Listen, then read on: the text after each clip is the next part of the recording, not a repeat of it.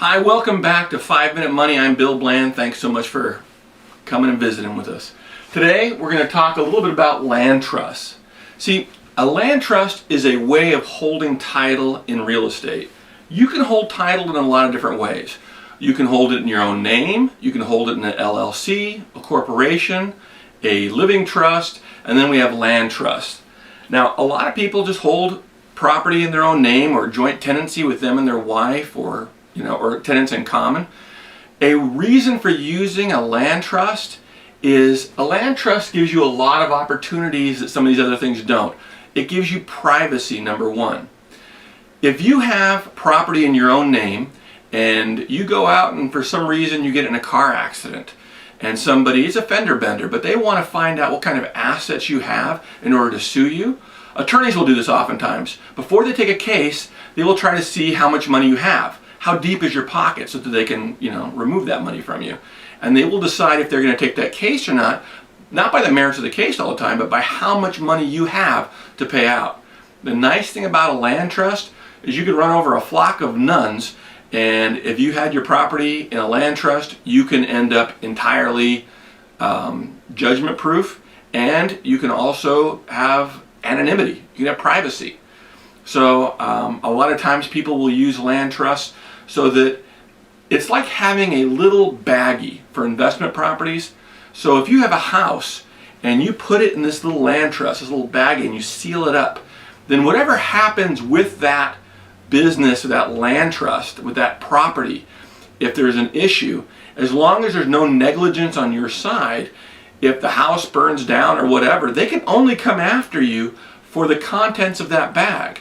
So you have one property in a land trust, you'll have another property in a different trust, another property in a different trust, and it gives you privacy, and it also allows you to separate those financial, economic situations that you've got. That's something that's really important to do. You don't want to have all those things commingled into one pot, so anybody deciding to try to come against you and take your money. Another thing about a land trust, I often use them when I'm buying property subject to, meaning when there's a mortgage already in place and I'm buying it from a homeowner, I want a lot of times to have a land trust, because you can do things with them that will give you some more privacy, and it makes it ease of transfer. So you don't always have to go through an escrow or title insurance or a lot of other things to transfer property. Let's say I find somebody that wants to sell a piece of property.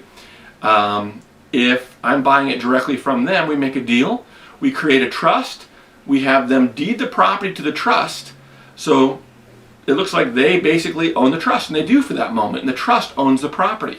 Then what they do is they assign the beneficial interest of that trust to me. So now I own the beneficial interest. I own the trust that owns the property. Now if I want to sell that property, I don't have to go and take that property and go through escrow and do all these extra things if I don't want to, and if the other person doesn't require it. I can just, for cash if I want to, I can assign the beneficial interest to that property, to that trust, to my buyer. And another thing that doesn't happen is the tax rolls don't change.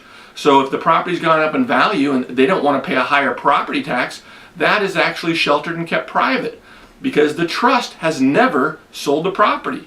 It's just the beneficial interest that's sold. There's a lot of things about land trusts that we're going to get into and show you how to do. We're probably going to be creating a kit that you can buy that will have a blank land trust already there for you, and then have a land trust that's all filled out that says buyer, seller, so you know how to fill this thing out and how to file it. What parts to keep private for your own file, and what parts you want to go ahead and record with the recorder's office. And we'll have that kit probably coming up in the next few weeks if you want to check back. This has been 5 Minute Money.